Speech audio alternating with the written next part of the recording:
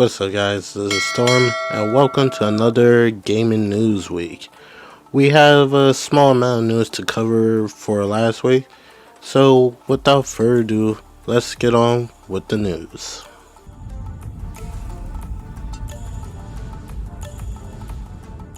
PlayStation has announced that different regions are getting a price increase when it comes to the PlayStation console and PlayStation Plus. It's unfortunate that this is happening, especially with the whole thing with the whole tariffs that is going on right now. But this is what they said. In Europe, the PS5 Digital Edition is going to be $500. No price change for the standard PS5 with the Ultra HD Blu-ray disc drive. In the UK, PS5 Digital Edition is going to be $430 now, with no price change for the standard, but the digital is going up. Australia, the standard PS5 will now be $895, basically $830 in their currency, and the digital will be $750. In New Zealand, the standard is going to be $950. While the digital edition could be $860, and so on and so forth. It is a crazy time we live in.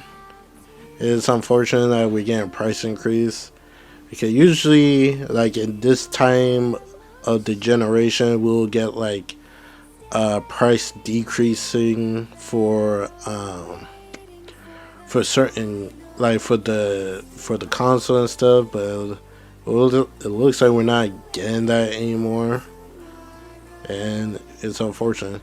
So hopefully people who was able to get a PS5 before the price increase went up. And I believe I did saw there was some price decrease for a PS5 in some region. I can't remember which one it was. So with that being said, I suggest if you was going to get a PS5 at some point, I kind of suggest to get it now before these prices become outrageous. And this is not even including the whole tariffs that's going to be happening at a later date. So good luck to anybody who don't have one trying to get one. And I feel sorry for those countries who have to pay these outrageous prices.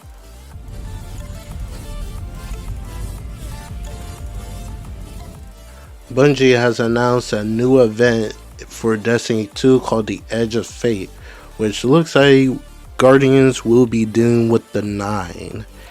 The event is set to be start on May 5th to showcase the live stream of what players will be experiencing, and this comes after the whole event of the story of Heresy.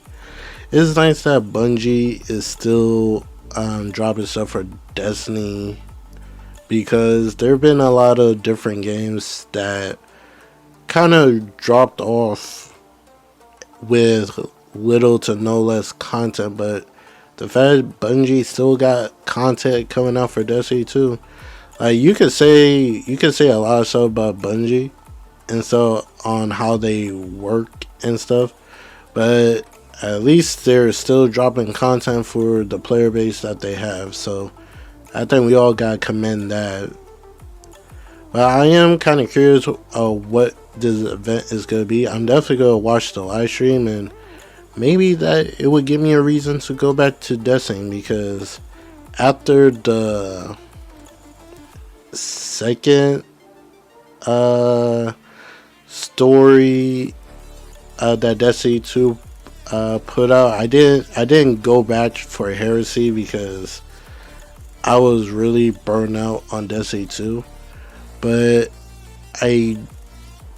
this could give me a reason to go back to it, especially as a whole new experience. And let's be honest, I've been wanting to get back to playing a first-person shooter game, so I have no problem going back to try out Destiny 2 when this event drops to see what can it show to get me back into playing the game again.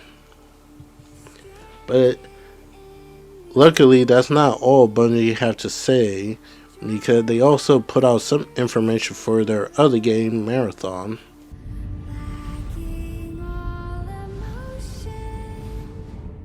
The Marathon official Twitter page has asked a question of what's in the alpha, what's not, and drop in the NDA.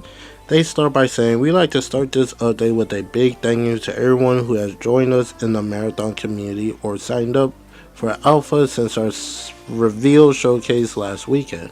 As developers, we believe community feedback and dialogue is essential to make the best version of Marathon. Up until now, this feedback has come from closed playtest sessions.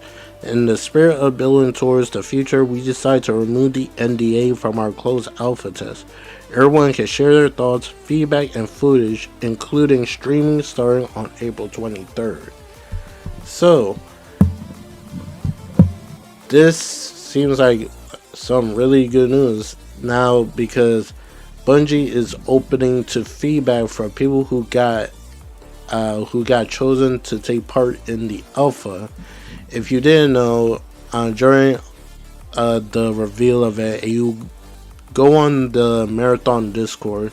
They had something there that you could register to try out the Marathon Alpha. And I want to say a couple of days ago, those invitations started going out for people who was chosen. And now they're letting them stream the game and give their feedbacks and opinions on the Marathon. And I think that's a really good step. Hopefully the criticism is not too harsh, and I'm really hoping Marathon does come out like a really good game. Honestly, like Bungie really needs this, and the fact they're good to be committing to giving updates to Destiny and Marathon. Hopefully they could pull it off without having to sacrifice one for the other. But we just gotta wait and see. I'm definitely gonna look at some live streams of Marathon to see if it's something that would pique my interest in it. Because when it comes to extraction type of games, I'm like, I'll play them, but it's not like the go-to game I would play off rip, if that makes sense. But I am open up to a different genre altogether. So cross some fingers to see how Marathon performs in this alpha test.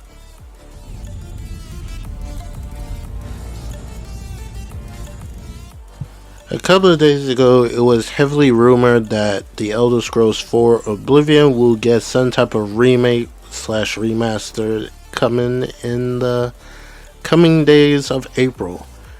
This comes from a couple of known group who have some type of knowledge of what's going on, like what's going to be happening, stuff. So a lot of people at first didn't really believe them, even though some of these guys do have some credibility. But it turns out what they said is actually true.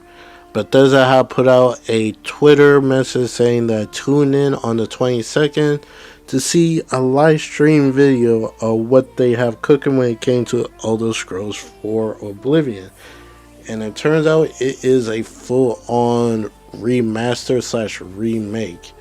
It's a remaster because it's the same type of game, but a remake on the graphics and stuff. But this is what they had to say.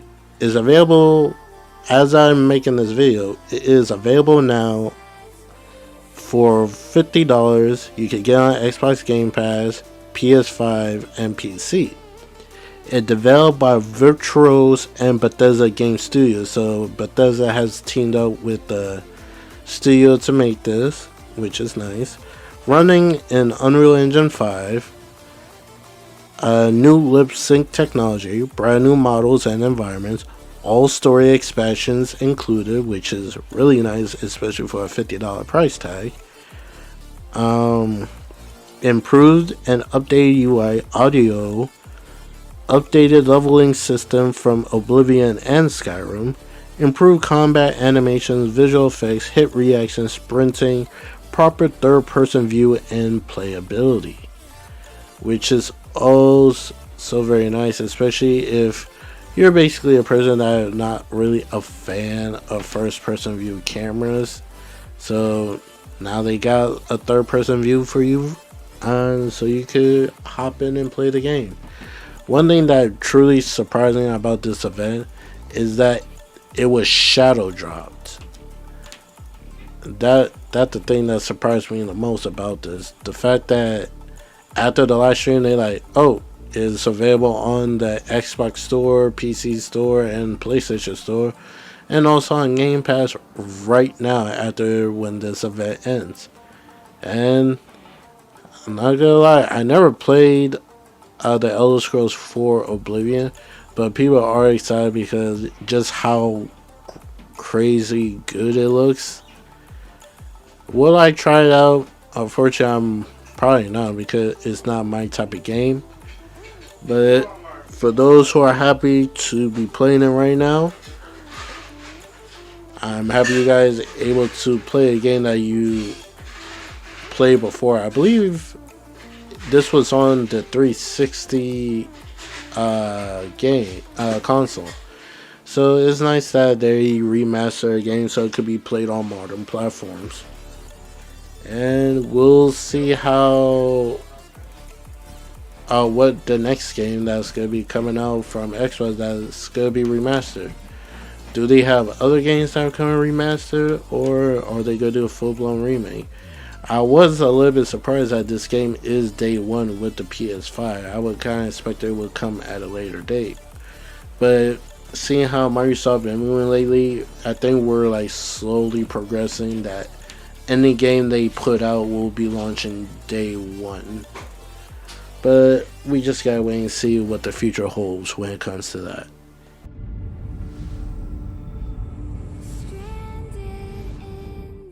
Nintendo have put out a statement when will people in the US will be able to pre-order a Nintendo Switch 2.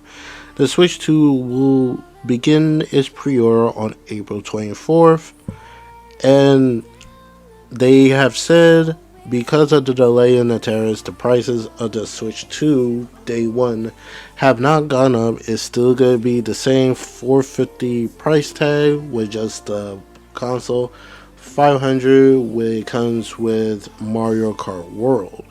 But they did say the accessories for the Switch 2 have went up in price to adjust the different pricing due to the tariffs in those countries. So they have right here Switch 2 $450, Switch 2 with Mario Kart World bundle $500, Mario Kart World $80, Donkey Kong Bonanza $70. The Switch 2 Pro controller is $85. Joy-Cons 2 pair is $95. That have went up. Nintendo Switch 2 Pro controller is $80. Oh wait, I already said that one. Joy-Con 2 charging grip, it is $40. Joy-Con 2 strap, $14. That's kind of crazy. They're charging $14 for a strap. Joy-Con 2 wheel set, $25. Nintendo Switch 2 camera, $55. That definitely went up because originally it was $50. Nintendo Switch 2 dock, $120. So yeah, that's crazy. Nintendo Switch 2 carrying case plus screen protector is $40. Nintendo Switch 2 all-in-one carrying case is $85. Nintendo Switch 2 AC adapter $35. And Samsung Micro SD Express cards, which is 256 gig for the Nintendo Switch 2, is going to be $60. So I already know people, the basically the strong fan base is definitely gonna buy the Switch 2 at launch. I could definitely see some are gonna take a step back and have a wait and see approach just because of the price alone. And it's crazy, some of the accessories went up in price, especially the the dock is $120. So if that thing would break, you would have to shell out $120, which in my opinion is just hella crazy. But I did saw like some pushback from some people when it came to the Switch 2 about this whole pricing thing. I think I even saw people saying that Reggie Fils-Aimé even said something. Also, he used to be the head of Nintendo America, I believe. So even he has something to say about the whole Switch thing. Mike Ybarra also had something to say about it. But we'll see what's gonna happen with the Switch 2, because a lot of people, I have seen more defense for the Switch 2 than any other developer, in my opinion. But we're not gonna get into that. That's something totally different. In the end, I'm hoping um, the the Switch 2 actually do well for the fans and stuff, and hopefully this whole $80 thing that they're driving for Mario Kart World won't be the norm for other studios. But like I said, we just gotta wait and see.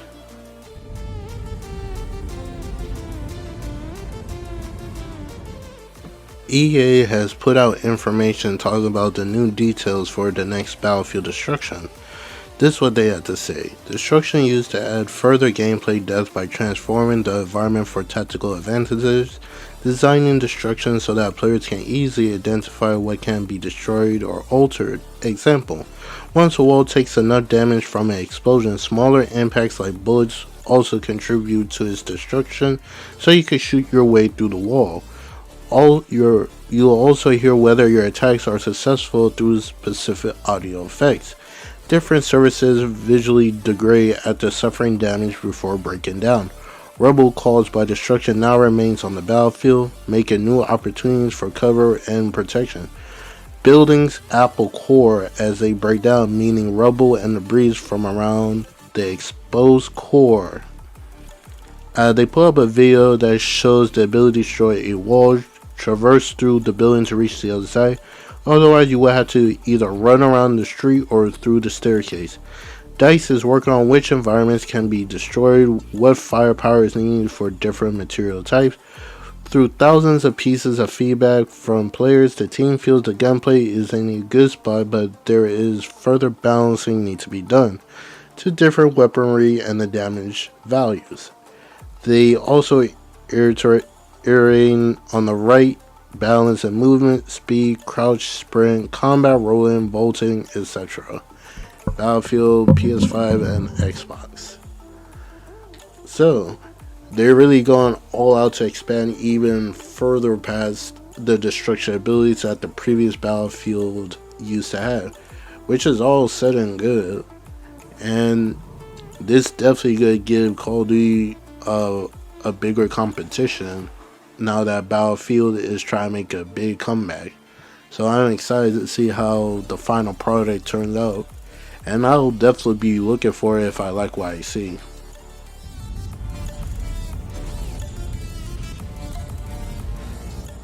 Bloober team had gave us a gameplay overview trailer for their next game, Cronos New Dawn, and a dev breakdown with some new details. And this is what the details have to say.